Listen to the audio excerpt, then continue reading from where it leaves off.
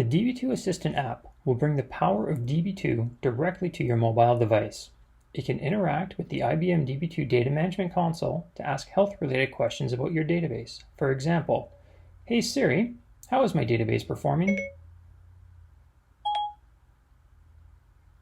Okay, requesting. In the last hour there were 40 connections executing 5.6 million queries, which accessed 11.3 million rows. It took Db2 an average of under 1 second to process each query. "Hey Siri, how is my database hardware?" Okay, requesting. In the last hour CPU use averaged 6%, and memory use averaged 57%. Database storage is using 65% of available space, while logs are using 1% of available space.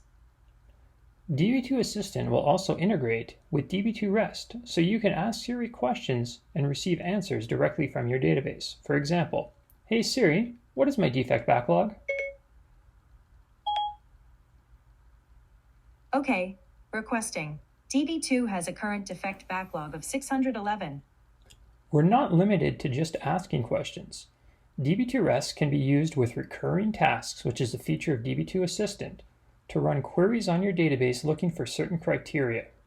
Whenever the data changes and meets this criteria, Db2 REST will send out a push notification directly to your phone, alerting you of the change. For example, "It looks like our fraud detection results are available. Db2 has finished running the fraud detection machine learning model against the latest health insurance claims that have been filed and has identified 10 of those as being suspicious.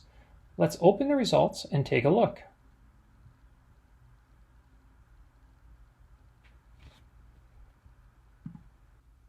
Using a combination of Db2 REST and Db2 Graph, we'll ask Db2 for the output from the machine learning model and then analyze one of the claims it's identified as suspicious.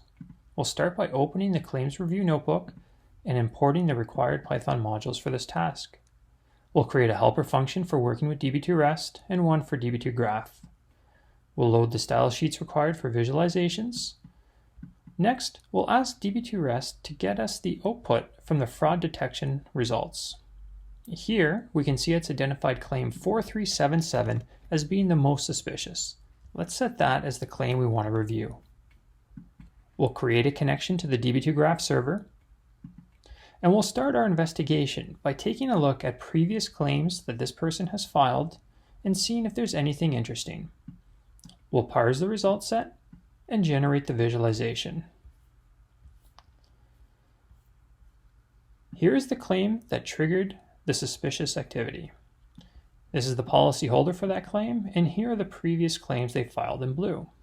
What's very interesting about this is that for every claim that this person has filed, they visited a different doctor who worked for a different service provider.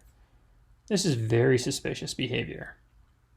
Let's dig a little bit deeper by taking a look at the social connections of the policyholder. What other policyholders are directly or indirectly connected to this one? We'll create some functions for categorizing the risk score. We'll ask Db2 Graph for the information, we'll parse the result sets, and generate the visualizations. Here we can see our policyholder is directly connected to two other high-risk policyholders. They are also indirectly connected to another high-risk policyholder through 3 degrees of separation. There is a very high probability that this is a fraudulent claim. The ease of this analysis was all made possible through the power of Db2. Using Db2 Assistant, we received a push notification that our fraud detection results were available.